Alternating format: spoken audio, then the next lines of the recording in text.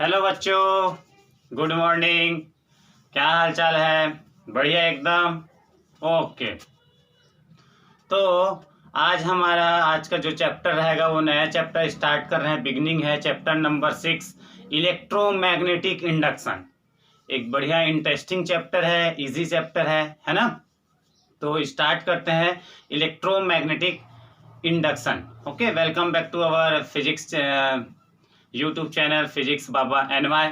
Okay, I hope all video आप लोगों को अच्छे से समझ में आ रहा होगा। मैं ये मानकर वीडियो बनाते जा रहा हूँ। ठीक है बच्चा लोग, तो कॉपी पेन निकालो, है ना। विदाउट एनी डिस्टरबेंस भाई बहनों से लड़ना झगड़ना बंद करो। अपने आप को एक स्पेशल, एक शांत जगह में बैठकर वीडियो को प्यार से देखिए। ओके, समझ में आ जाएगा बच्चों। फिर उसके बाद तो let's start the electromagnetic induction. Chapter number 6, electromagnetic induction, है ना। रे ऑप्टिक्स के बाद मेरे को सबसे ज्यादा इंटरेस्टिंग और इजी टॉपिक जो है वो यही लगता है, इलेक्ट्रोमैग्नेटिक इंडक्शन। ये पूरा मैग्नेटिज्म का खेल है बेटा, है ना। मैग्नेट चैप्टर नंबर 4 से स्टार्ट किए थे, मैग्नेट, है ना। तो ये पूरा जो इलेक्ट्रोमैग्नेटिक्स है वो रे ऑप्टिक्स के बाद सबसे ज्यादा इंटरेस्टिंग लगता है ना। विथ माई वे, मेरे हिसाब से। तो चलो सबसे पहले इलेक्ट्रोमैग्नेटिक इंडक्शन में स्टार्ट करते हैं मैग्नेटिक फ्लक्स से। मैग्नेटिक फ्लक्स होता क्या है? मैग्नेटिक फ्लक्स, है ना। तो मैग्नेटिक फ्लक्स क्या होता है? इलेक्ट्रोस्टैटिक्स में आपने पढ़ा होगा इलेक्ट्रिक फ्लक्स, मैग्नेटिज्म में हम पढ़ते हैं मैग्नेटिक फ्लक्स। तो जो इलेक्ट्रिक फ्लक्स को समझ लिया होगा उसके लिए ये वाला टॉपिक बड़ा इजी होगा, मैग्नेटिक फ्लक्स। वहां क्या लिखते थे? फाई ई बराबर इलेक्ट्रिक फ्लक्स बराबर ई ए कॉस थीटा। यहाँ पर क्या लिखेंगे? मैग्नेटिक फ्लक्स फाई बी बराबर ई के जगह में बी ए कॉस थीटा। तो जिसको इलेक्ट्रिक फ्लक्स क्लियर होगा उसको आसानी से ये मैग्नेटिक फ्लक्स समझ में आ जाएगा। और नहीं भी पढ़े होंगे तो हम समझा देंगे कि मैग्नेटिक फ्लक्स होता क्या है ना। टेंशन नहीं लेने का। चलो स्टार्ट करूं। मैग्नेटिक फ्लक्स डेफिनेशन पहले लिखता हूं। The number of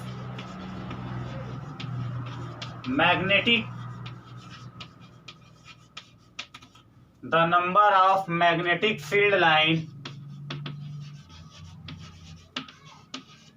the number of magnetic field line passing through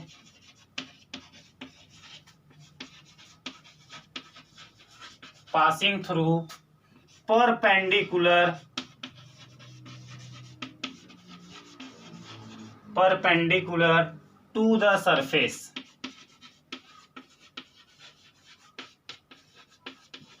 किसी सरफेस से परपेंडिकुलर निकलता हुआ फील्ड लाइन की संख्या क्या कहलाती है? मैग्नेटिक फ्लक्स कहलाती है। एक सरफेस ले लो, उस सरफेस से जितना मैग्नेटिक फील्ड उसके परपेंडिकुलर, उसको चीरता हुआ जितना मैग्नेटिक फील्ड लाइन उसको पास कर देगा, चीरता हुआ ना, एकदम straight perpendicular, that is called magnetic flux. कैसे बताऊं? ये देखो, ये सरफेस हुआ, है ना। ये magnetic field line red colour का जो पेन है उसको पास करता हुआ परपेंडिकुलर जा रहा है ऐसे। तो इसको हम क्या बोलेंगे? मैग्नेटिक फ्लक्स बोलेंगे। ओके, तो magnetic flux is nothing, it is the number of magnetic field line which is passing through any surface to the perpendicular. Okay, clear है? ये देखो परपेंडिकुलर जा रहा है, ठीक है। डायग्राम के थ्रू समझते हैं। आओ जरा, ये ऐसे इसका डायग्राम बना लेते हैं ना पहले। हाँ, ऐसे बना लो। छिछी यार, कैसे बनाऊं? हाँ, लग रहा है। ओके, एक सरफेस रखा हुआ है ना, ये ऐसे रखा हुआ है बेटा, इसको ऐसे इमेजिन करना ना, ऐसे रखा हुआ है, ठीक है। अब यहाँ पास मैं मैग्नेटिक फील्ड ड्रॉ करता हूँ, ये मैग्नेटिक फील्ड बी, ये और ये मैग्नेटिक फील्ड। अब जरा देख कर बताओ, इस सरफेस से परपेंडिकुलर कितना ठो मैग्नेटिक फील्ड लाइन पास हुआ है? आई थिंक ये और ये दोनों, ये सरफेस है और दो मैग्नेटिक फील्ड लाइन इसके परपेंडिकुलर पास हुआ है। तो यहाँ पास जो मैग्नेटिक फ्लक्स का सिंबल होता है वो होता है फाई बी। तो यहाँ पास फील्ड लाइन कितना ठो पास हुआ?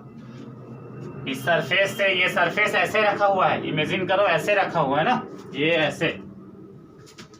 ऐसे रखा हुआ है सरफेस, और इससे कितना ठो मैग्नेटिक फील्ड परपेंडिकुलर पास हुआ है? 2। तो यहाँ पास जो नंबर ऑफ मैग्नेटिक फ्लक्स है, number of magnetic flux will be 2। Okay. अब सिमिलरली अब मैग्नेटिक फील्ड को मैं थोड़ा मजबूत कर देता हूँ, स्ट्रॉन्ग मैग्नेटिक फील्ड ले लेते हैं। स्ट्रॉन्ग मैग्नेटिक फील्ड क्या होता है? नंबर ऑफ फील्ड लाइन पास हो जाएगा, है ना। चैप्टर नंबर 5 में पढ़ चुके हैं, strong magnetic field where the magnetic field line is very dense, है ना। तो यहाँ पास स्ट्रॉन्ग मैग्नेटिक फील्ड करूंगा तो जो नंबर ऑफ फील्ड लाइन है वो पास आ जाएगी। तो होगा क्या उससे, जरा देखो, ये बना लो। सरफेस आप उतना ही ले लीजिए, इसका जो एरिया है उतना ही रखो ना, ये ऐसे, ये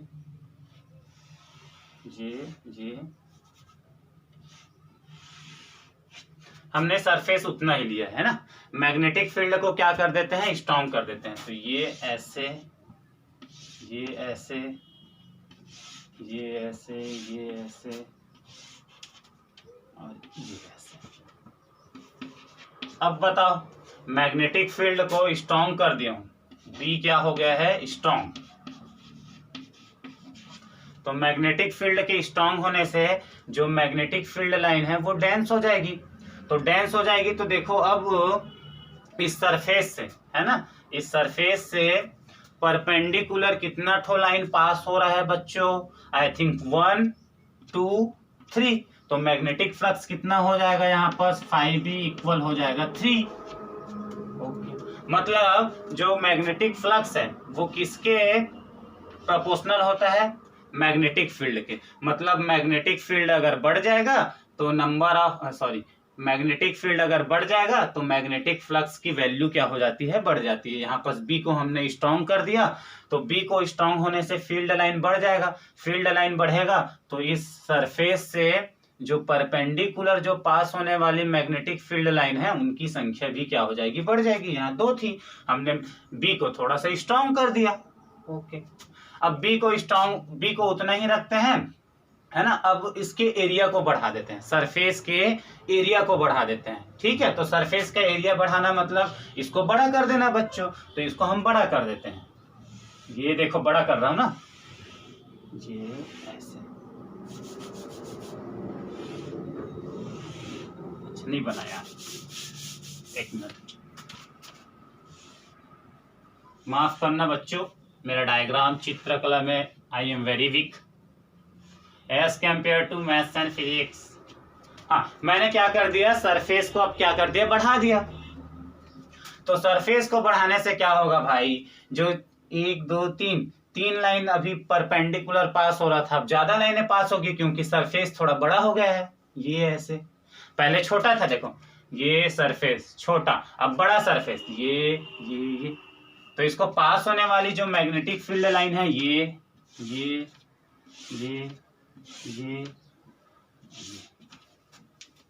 देखो, पास होने वाली जो मैग्नेटिक फील्ड लाइन है वो बढ़ गई है, 1 2 3 4। तो 5B इक्वल यहाँ पास हो गया 4। मतलब ये भी समझ में आ गया कि जो मैग्नेटिक फ्लक्स है वो किसके प्रोपोर्शनल होता है? एरिया के, सरफेस के एरिया से। तो 5B प्रोपोर्शनल क्या मिला बच्चों आप लोगों को? BA मिला। ओके, यहां तक पॉज करके नोट कर लो, जल्दी से। 1 2 3 हो गया। ओके, 5B जो मैग्नेटिक फ्लक्स है वो किस किस पर डिपेंड करता है, मैग्नेटिक फील्ड पर, सरफेस के एरिया पर, है ना। तो इसका हम फॉर्मूला मैं बनाने का ट्राई कर रहा हूं। ओके, बनाते हैं कैसे।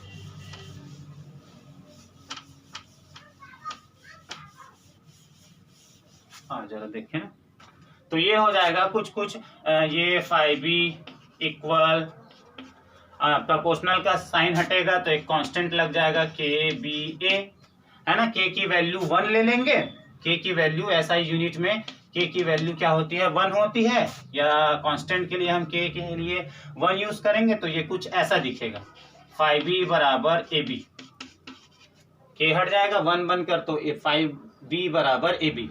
बट हम इसके साथ में कॉस थीटा और ऐड करते हैं बच्चों, कॉस थीटा एक और ऐड करते हैं। आओ जरा इसका कारण समझिए। ये ऐसा है, आज डायग्राम मेरे से कैसे एकदम ये डर्टी बन रहा है रे। ये ऐसा एक सरफेस रखा हुआ, कैसे रखा हुआ सरफेस, ये ऐसे। अब एक मैग्नेटिक फील्ड लाइन बच्चों मान लो ऐसे पास हो गया। अच्छा, इस सरफेस का एरिया वेक्टर क्या होगा, इस सरफेस का एरिया वेक्टर, ये सरफेस है, इसका एरिया वेक्टर क्या होगा, एरिया वेक्टर इसको ही तो बोलते हैं, कई बार डिस्कस कर चुके हैं इलेक्ट्रोस्टैटिक्स में, गॉस लॉ में ज्यादा यूज होता है। ये उसका एरिया वेक्टर है। इस सरफेस से परपेंडिकुलर, किसी सरफेस से परपेंडिकुलर जो लाइन ड्रॉ होती है ना, परपेंडिकुलर जो लाइन निकलती है, that is called area vector. Area एक वेक्टर क्वांटिटी है ना, उसका फार्मूला वही रहेगा बेटा, pi r square. Area vector A के लिए उसका फार्मूला पाई आर स्क्वायर ही रहेगा, बट उसका डायरेक्शन क्या रहता है, किसी भी सरफेस से परपेंडिकुलर जो लाइन होती है। ओके, तो इसका एरिया वेक्टर इस टाइम कहाँ पास है बच्चों बताओ, इसका इस सरफेस का एरिया वेक्टर है ये उसका एरिया वेक्टर है ना। और मैग्नेटिक फील्ड लाइन कैसे पास हो रही है, ऐसे। एंगल इनके बीच कितना है, थीटा। एरिया वेक्टर और मैग्नेटिक फील्ड के बीच का एंगल कितना है, थीटा है। तो अब आप बताओ जरा सोचकर कि मैग्नेटिक अब फ्लक्स कितना होगा, मैग्नेटिक फ्लक्स। अब तो एक नहीं बोलेंगे, मैग्नेटिक फ्लक्स क्या है, what is magnetic flux, number of magnetic field line which is passing through perpendicular to the surface, है ना। ये सरफेस से परपेंडिकुलर जाने वाली लाइन को हम बोलते हैं मैग्नेटिक फ्लक्स। यहाँ तो मैग्नेटिक फील्ड ऐसे जा रहा है, तो अब इस टाइम क्या होगा, क्या हम ऐसे लिख सकते हैं, बी को दो कंपोनेंट निकाल सकते हैं, एक हॉरिजॉन्टल कंपोनेंट एक ये निकलेगा और एक वर्टिकल कंपोनेंट एक ये निकलेगा। तो ये magnetic field line horizontal component के साथ थीटा एंगल बना रहा है, तो इसका जो ये कंपोनेंट मिलेगा वो क्या मिलेगा, कॉस थीटा के टर्म्स में मिलेगा, बी कॉस थीटा, और एक टर्म्स ऐसे निकलेगा परपेंडिकुलर, बी साइन थीटा। हाँ, अब आप बता सकते हो क्या मैग्नेटिक फील्ड कितना हुआ, मैग्नेटिक फ्लक्स कितना हुआ, मैग्नेटिक फ्लक्स हुआ है बी कॉस थीटा। कितना निकला है, ये मैग्नेटिक फील्ड ऐसे जा रहा था, लेकिन ये वाला कंपोनेंट तो सरफेस से परपेंडिकुलर है, सरफेस ऐसे है, और बी का जो बी कॉस थीटा वाला कंपोनेंट है वो सरफेस से परपेंडिकुलर है, देखो। तो इसीलिए हम बी के जगह में क्या लिखते हैं बच्चों, बी कॉस थीटा लिखते हैं। बी के जगह में क्या लिखेंगे, बी कॉस थीटा। मतलब मैग्नेटिक फील्ड का जो हॉरिजॉन्टल कंपोनेंट है, जो सरफेस से परपेंडिकुलर हो, वो लाइन का वैल्यू आता है बी कॉस थीटा। सो बी के जगह में बी कॉस थीटा लिया जाता है, और ओवरऑल इसका फॉर्मूला बनता है magnetic flux is equal to A B cos theta. अच्छा, बी साइन थीटा को क्यों नहीं लिए, ये तो परपेंडिकुलर पास हुआ नहीं है, ये सरफेस ऐसा है, देखो ये सरफेस ऐसा है ना, ये ऐसा समझ लो, नहीं आया ऐसा, इसी को ये ऐसे निकल गया, जैसे आप क्या करते हो ब्रेड में मक्खन लगाता है ना, ऐसे, ये ऐसे, तो ऐसे निकल गया, तो इसको थोड़ी ना बोलेंगे बी साइन थीटा, थोड़ी ना कहलाएगा मैग्नेटिक फ्लक्स। मैग्नेटिक फ्लक्स होता क्या है, number of magnetic field line passing through perpendicular to the surface, किसी सरफेस से, हाँ ये सरफेस इसको चीरती हुई जाए, परपेंडिकुलर जाए, तो यहाँ पर बी कॉस थीटा जा रहा है ना, तो हमने लिख लिया B cos theta. Overall formula will obtain phi b equal ab cos theta, या we can write phi b equal ba cos theta। B A cos theta लिख सकते हैं। ओके लिख सकते हैं, पॉज करके नोट कर लो, मैं मिटा रहा हूं बेटा ना इसको। ओके आओ जरा इसका यूनिट देख लेते हैं, यूनिट देख लेते हैं एंड डायमेंशनल फार्मूला देख लेते हैं। तो यहां से बताओ बी ए कॉस थीटा को हम ऐसे लिख सकते हैं क्या, phi B equal B dot A लिख सकते हैं। क्लास 11th में हमने पढ़ा है टू वेक्टर का, दो वेक्टर का स्केलर प्रोडक्ट है ना। साइन थीटा रहता तो क्या आ जाता, क्रॉस आ जाता। कॉस थीटा है तो क्या यहाँ पर क्या लगेगा, डॉट लगेगा। अब बताओ फाइव बी क्या कौन सा क्वांटिटी होगा, स्केलर होगा कि वेक्टर होगा। देखो दो सदिश है, दो वेक्टर है, इनका क्या हो रहा है बेटा, डॉट प्रोडक्ट हो रहा है। और दो वेक्टर का डॉट प्रोडक्ट से क्या मिलता है, स्केलर क्वांटिटी मिलता है। तो phi B will be scalar quantity, scalar quantity. इसका यूनिट देखते हैं जरा, एसआई यूनिट, इसका यूनिट हो जाएगा, बी का यूनिट क्या होता है एसआई में, tesla, tesla. A area vector, length into breadth metre square, तो टेस्ला मीटर स्क्वायर इसका क्या होगा, यूनिट होगा। या इसको बोल सकते हैं वेबर, या इसको बोलते हैं वेबर। या तो फ्लक्स का यूनिट वेबर बोलो या टेस्ला मीटर स्क्वायर बोलो। Okay SUV. इसका डायमेंशनल फार्मूला देखते हैं, डायमेंशनल फार्मूला। कई क्वांटिटी का मैं बता नहीं पाता हूं, आप लोग बुक से देख लिया कीजिए ना, ये सब 11th का बेसिक है। इसका स्केलर सॉरी डायमेंशनल फार्मूला क्या हो जाएगा, फार्मूला से आ जाओ, फाइव बी, बी का डायमेंशनल फार्मूला इंटू ए का डायमेंशनल फार्मूला। थीटा का तो होता नहीं है ना। थीटा है जो न्यूमेरिकल वैल्यू है, जो कांस्टेंट है, उनका डायमेंशनल फार्मूला होता नहीं है। तो बी का क्या होता है, बी का पहले यूनिट लिख लो यार। यूनिट क्या होता है, newton, newton divide ampere into metre, metre. A का क्या हो जाएगा, मीटर स्क्वायर, ये हमने यूनिट लिखा ना। अब न्यूटन को क्या लिख सकते हो, एफ इक्वल एम ए से। फोर्स का यूनिट क्या होता है, न्यूटन, तो न्यूटन के जगह में मैं लिख सकता हूं मास का यूनिट, मास का यूनिट क्या हो जाएगा, किलोग्राम। एंड ए क्या है, एक्सीलरेशन, एक्सीलरेशन का यूनिट होता है मीटर पर सेकेंड स्क्वायर, मीटर पर सेकेंड स्क्वायर, तो ये हो जाएगा एम्पियर।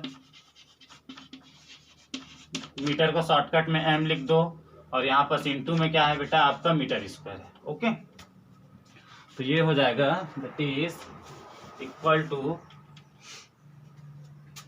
मीटर, मीटर क्या हो जाएगा क्यों, ये हो जाएगा kilogram, kilogram metre square, metre की पावर 3 डिवाइड ये एस स्क्वायर नीचे आएगा, तो ampere, ampere into metre into second square है ना। एक से ये मर जाएगा, तो यहाँ बचा क्या फिर, टू बचा है ना, तो ये हो जाएगा। अब सबका डायमेंशनल फार्मूला रखो, सबके लिए क्या यूज करते हैं, क्या यूज करते हैं, किलोग्राम के लिए यूज करते हैं एम, मीटर के लिए यूज करते हैं एल स्क्वायर डिवाइड, एम्पियर के लिए यूज करते हैं ए, सेकेंड के लिए यूज करते हैं टी स्क्वायर है ना, टाइम टी के लिए टी यूज करते हैं। ये ओवरऑल आपको दे देगा M L square T square, T की पावर 2 ऊपर जाएगा तो टी की पावर -2 और ए की पावर -1। तो that is the dimensional formula of magnetic flux. Okay okay हो गया, मैग्नेटिक फ्लक्स क्लियर है। मैग्नेटिक फ्लक्स क्या होता है बच्चों, किसी सरफेस से परपेंडिकुलर पास करने वाली number of magnetic field. Okay और वो किस किस पर डिपेंड करता है, मैग्नेटिक फील्ड पर। मैग्नेटिक फील्ड जितना ज्यादा मैग्नेटिक फ्लक्स उतना ज्यादा, एरिया जितना ज्यादा मैग्नेटिक फ्लक्स उतना ही ज्यादा। अब आते हैं सबसे important topic, Faraday's experiment observation, Faraday's experimental observation,